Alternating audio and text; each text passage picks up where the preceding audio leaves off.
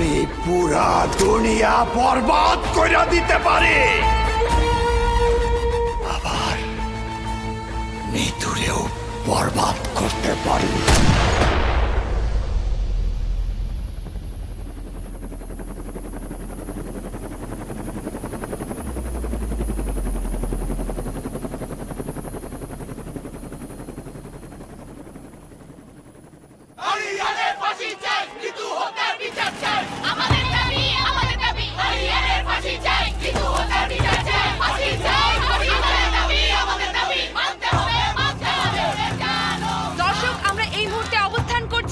আদালত প্রাঙ্গণে আপনারা দেখতেই পাচ্ছেন এখানে হাজার হাজার আন্দোলনকারী জনতার ভিড়, উকিল, ব্যারিস্টার ও সংবাদ কর্মীদের। শৃঙ্খলা বজায় রাখার জন্য মোতায়েন করা হয়েছে অসংখ্য আইন শৃঙ্খলা বাহিনী। দর্শক দেখতেই পাচ্ছেন এই আন্দোলন আটকাতে পারছেন না তারা। দর্শক আপনারা সবাই জানেন এই আন্দোলন ও উত্তেজনার কারণ সেই নিতু হত্যাকাণ্ডের মামলার শুনানি আজ, যেই হত্যাকাণ্ড পুরো দেশকে স্তব্ধ করে দিয়েছিল। আসামি আরিয়ান মির্জার বাবা আদিব মির্জা এই উপমহাদেশের সবচেয়ে বড় ব্যবসায়ী এবং দলের উপদেষ্টা। তিনি অত্যন্ত ক্ষমতাধর একজন ব্যক্তি। বরাবরের মতো এবারও কি ধামাচাপা পড়বে?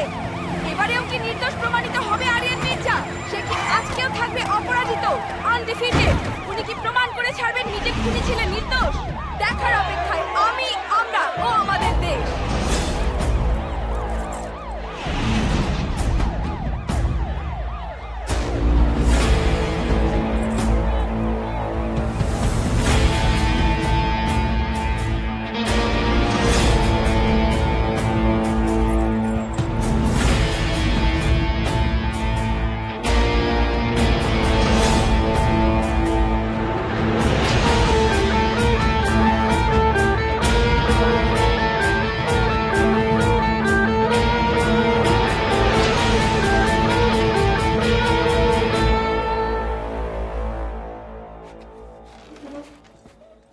ধন্যবাদ মাননীয় আদালত।